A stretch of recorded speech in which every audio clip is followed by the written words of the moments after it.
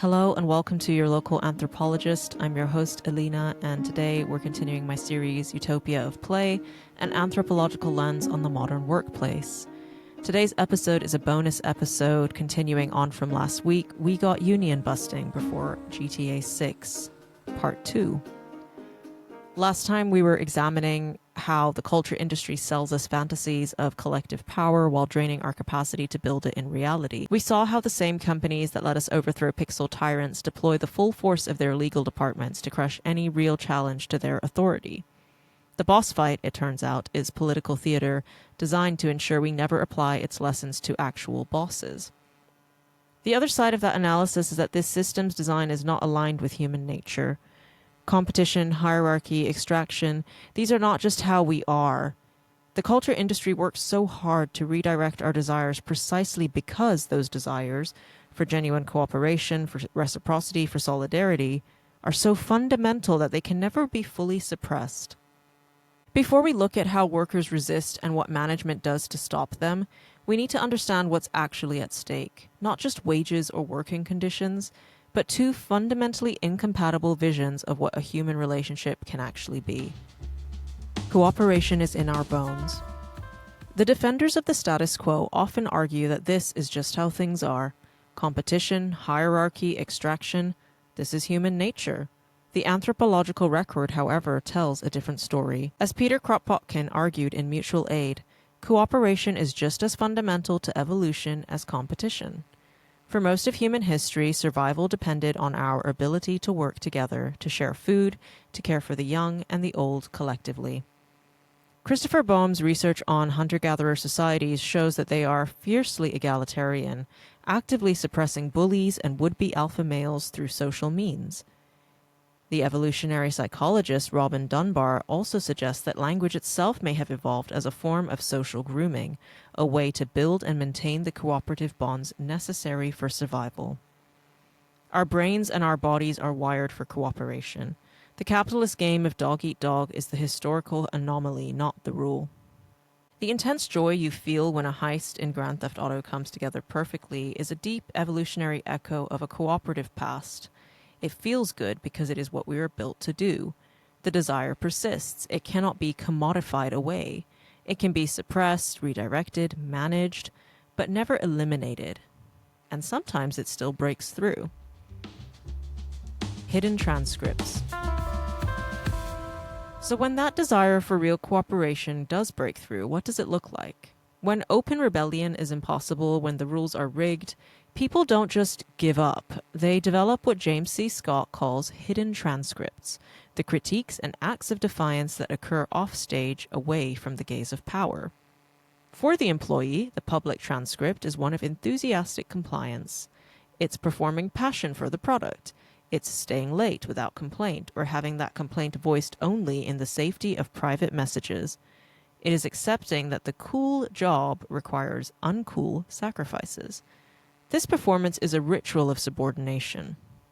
But the hidden transcript is different. It's the Slack channel where workers vent. It's the shared eye roll in the cafeteria. It's the unspoken collective understanding that the passion narrative is a trap. The decision to form a union becomes this moment. This hidden transcript tries to become public. It's an attempt to step out from behind the curtain and declare in a collective voice that the emperor has no clothes. This act mirrors what Pierre Clastres described in Society Against the State, the mechanisms stateless societies use to prevent the emergence of coercive power. For Clastres, true primitive society is not one waiting to discover authority, but one actively organized to refuse it. Chiefs were often figureheads with no power to command. Their role was to speak, to embody the group's unity, but not to rule. The moment a chief tried to accumulate real power, the society would fragment or he would be abandoned. Union drives are a modern, institutionalized version of this anti-state logic. It's not an attempt to seize state power, but to create a counterpower within the corporate structure, a body designed explicitly to check the arbitrary authority of management. It's a refusal of the chief's power to demand endless crunch. This principle, that power must be checked by counterpower, is supposedly foundational to liberal democracy. We understand it instinctively when we talk about the separation of powers, judicial review, a free press. We recognize the danger when those in power attempt to dismantle the very mechanisms designed to constrain them. When Trump's administration systematically attacked the independence of the judiciary, attempted to purge civil servants who wouldn't pledge personal loyalty, and labeled any oversight as a, quote, witch hunt, we saw clearly what unchecked power looks like. The playbook was transparent. Remove the referees, attack the legitimacy of anyone who might say no, consolidate all authority in a single, unaccountable center. Yet, somehow, when workers attempt to install the same principle of checked power in the workplace, when they try to create a body that can say no to arbitrary decisions, that can demand transparency, that can hold management accountable, this is treated not as democratic common sense, but as an existential threat. The corporation, it seems, is the last absolute monarchy we're all supposed to accept without question. Perhaps what is most chilling, at least Trump's authoritarian impulses played out in public, subject to media scrutiny, congressional oversight, the world stage, and the eventual judgment of voters. The workplace is private property. What happens behind those doors is protected by NDAs, arbitration clauses, and the threat of career destruction for anyone who speaks out. If unchecked power in the glare of public attention produced the abuses of power we witnessed this year alone with the Trump administration, can you imagine what it produces in the darkness of corporate secrecy? Imagine the petty tyrannies, the casual cruelties, the systematic exploitation that never makes the news because everyone involved has signed away their right to tell the story. The workplace is where authoritarian power doesn't just dream, it rules absolutely with almost no external accountability whatsoever. In this light, union busters are the enforcers of the state-like power within the corporation. Their job is to ensure the hidden transcript stays hidden, to re-isolate the workers, to remind them that the only legitimate game is the one where the house always wins. The colonized mind. Complicity as survival. The most insidious mechanism of power, however, is that it doesn't just compel your body, it colonizes your mind. You become, without realizing it, a police officer and guardian of the very system that oppresses you. This internalization is the key triumph of structural violence.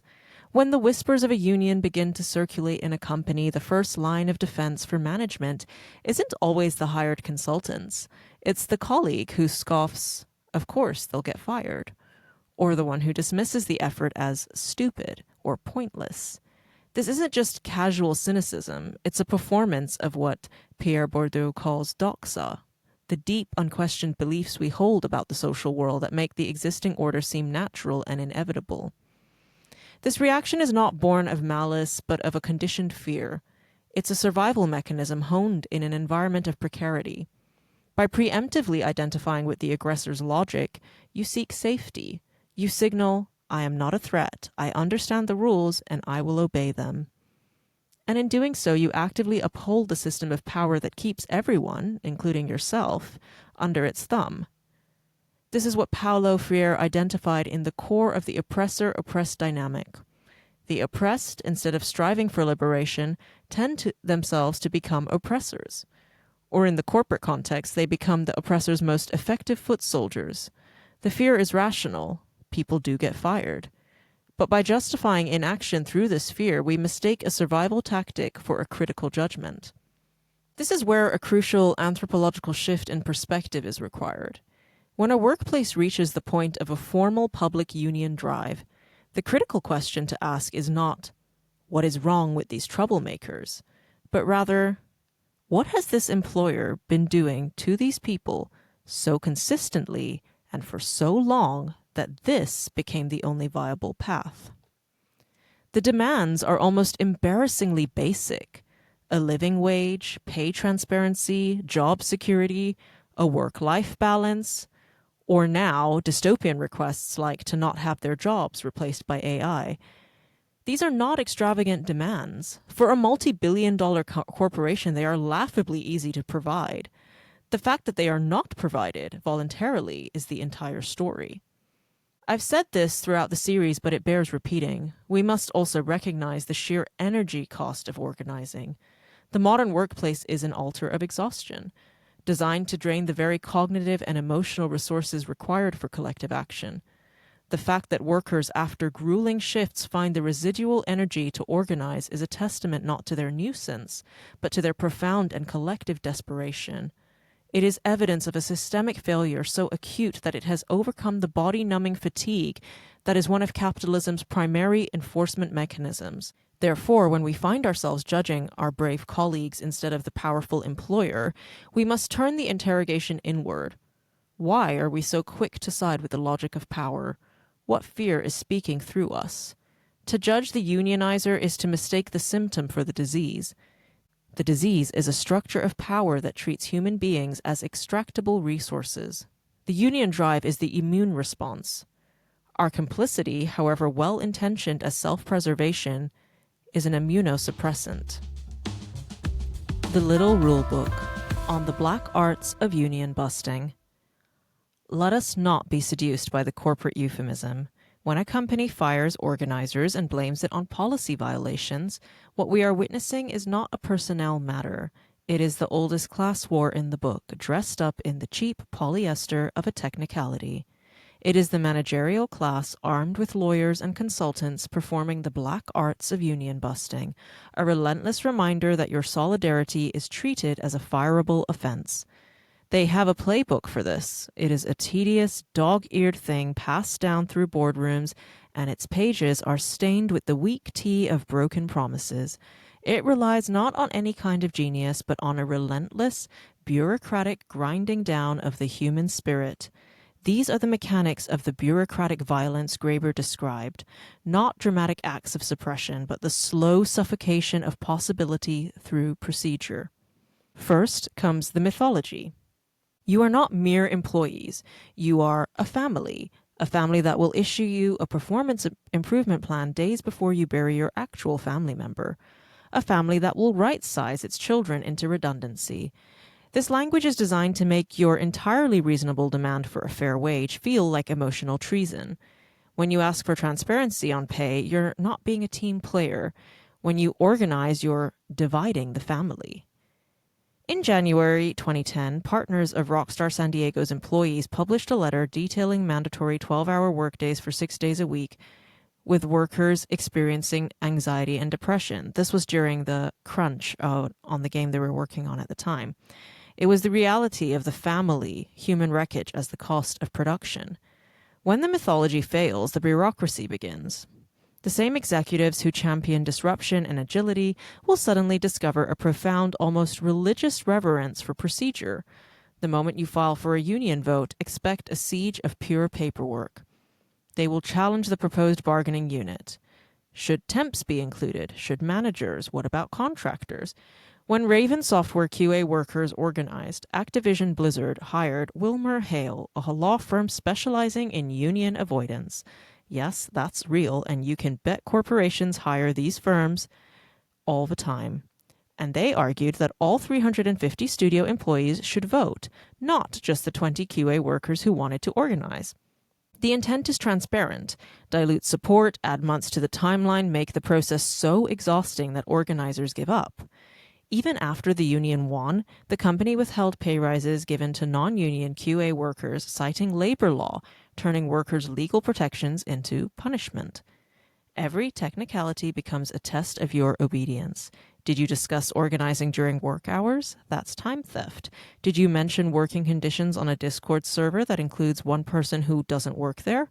That's leaking confidential information. Alongside the stick comes the carrot, and it is always rotten. Following the 2019 Riot Games walkout over forced arbitration in harassment cases, management announced new employees could opt out of mandatory arbitration, but only after current litigation concluded, and only for new hires. The pizza party, the unexpected wellness day, the hastily announced pay review, these are bribes designed to create doubt and sow division, to convince wavering employees that management is capable of reforming from within, making collective action seem unnecessary. We're already improving things. Why rock the boat? The temporary reprieve prevents permanent power. And then comes the purge, the most brutal tactic in the playbook. When the company finally decides to remove the troublemakers, particularly when it's en masse, the message to everyone who remains is unmistakable. This could be you. The point isn't just to remove organizers, it's to terrorize those left behind into absolute silence. Every remaining worker now knows that solidarity is punished with career destruction. They've watched colleagues, perhaps friends, disappear overnight, their livelihoods shattered, their futures compromised. The fear becomes ambient and inescapable.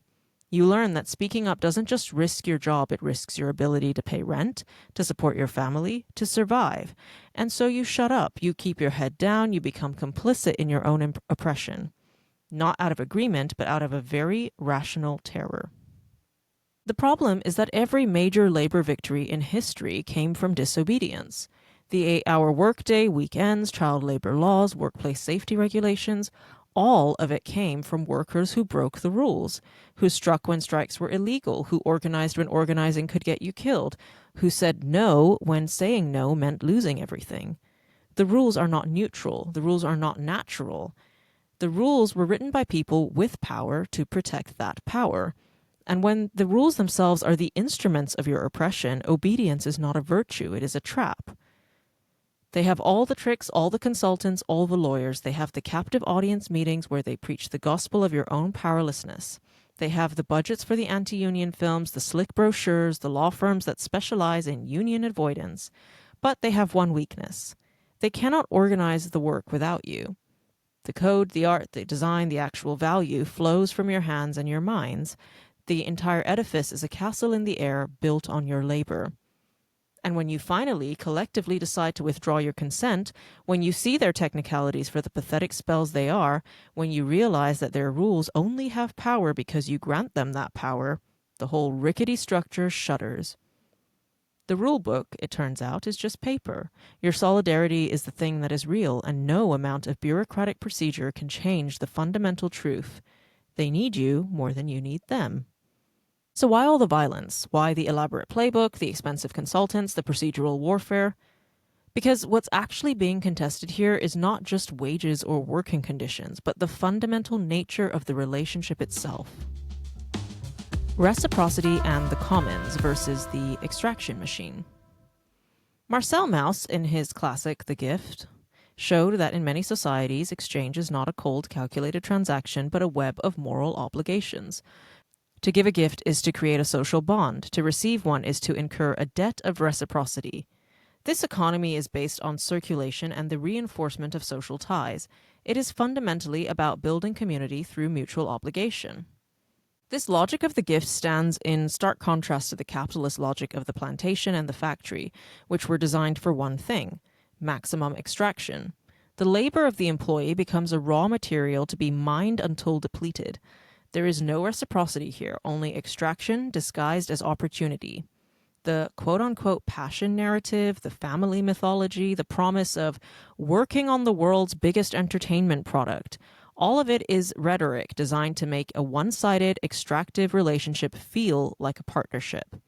The attempt to form a union is at its core an attempt to reestablish a commons within the enclosed territory of the corporation. It is an effort to transform the relationship from one of pure extraction to one of reciprocity. The workers are, in effect, offering a gift to the company. We give you our time, our health, our creativity. In return, we demand not just a wage, but respect, security, and a voice. We demand a reciprocal relationship. This aligns with what David Graeber and David Wengrow have argued, that human societies have always experimented with different forms of freedom and social structure. The union is one such modern experiment, a formal structure designed to enforce egalitarian principles within a hierarchical system. It is an attempt to say, this space we labor in together, this cannot only be your property. It must also be, in some sense, our commons. The busting of the union is therefore a re-enclosure. It is a forceful reassertion that the workspace is not a commons but private property. that the relationship will remain extraction, not reciprocity, that the gift is refused. Management's message is clear. We do not want partnership. We want submission. We do not want to share power. We want to hoard it. This is why the response is so disproportionately violent. It is not really about the cost of higher wages. For a company generating billions, the economic concessions would be negligible. It's about refusing the fundamental reframing of the relationship. It is about maintaining the right to extract without obligation, to command without accountability, and to take without giving back. Closing thoughts. The gift that keeps on giving. The gift remains on the table. It always does. Each time workers organize, they are offering it again. The possibility of reciprocity, of a workplace that functions as commons rather than plantation, of relationships based on mutual obligation rather than extraction. Each time management refuses, crushing drives with bureaucratic violence and legal warfare, they reveal exactly what they want the relationship to be. Not partnership, but extraction. Not reciprocity, but submission. This is why I mentioned that sometimes the desire to change a system from within is misguided. When the system repeatedly informs you in various ways, it has no interest in this evolution you're proposing. It works for those at the top, and they have successfully pulled the ladder up away from those below. But the gift cannot be permanently refused because the desire that produces it cannot be extinguished. The drive for genuine cooperation, for work that is creation rather than exploitation, for relationships based on reciprocity rather than domination, these are not products that can be sold and consumed. They are fundamental to who we are.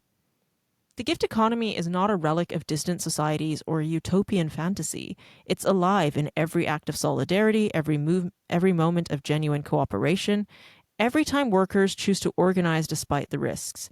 It's alive in the mutual aid networks that spring up in disasters, in the open source communities that build things together for the joy of it, in every space where people decide that reciprocity is more valuable than extraction.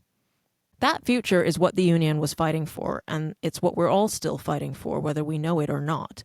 Because the alternative, the world of endless extraction, of hierarchies justified by nothing but power, of loneliness masked as competition, that world is killing us. It's killing our bodies, our spirits, our capacity for joy, connection, and meaning. Thank you so much for listening to today's episode and for accepting my invitation to consider and think about how we may navigate the structural hierarchies in our workplaces and negotiate with power in different ways. And collective action and unions are just one of those avenues that help us to think about how power can be redistributed and reconsidered in our workplaces. I hope you enjoyed today's episode. This was a bonus in the series Utopia of Play, and I'll be returning to the main narrative next week, where I will put together an episode on the commons and what does this actually mean and how did this work in practice, as I've mentioned it a lot throughout the series, and you may be curious to hear a more in-depth examination of what the commons is and how it functioned in earlier societies. So thank you so much for listening. I'm your host, Alina, and this is your local anthropologist.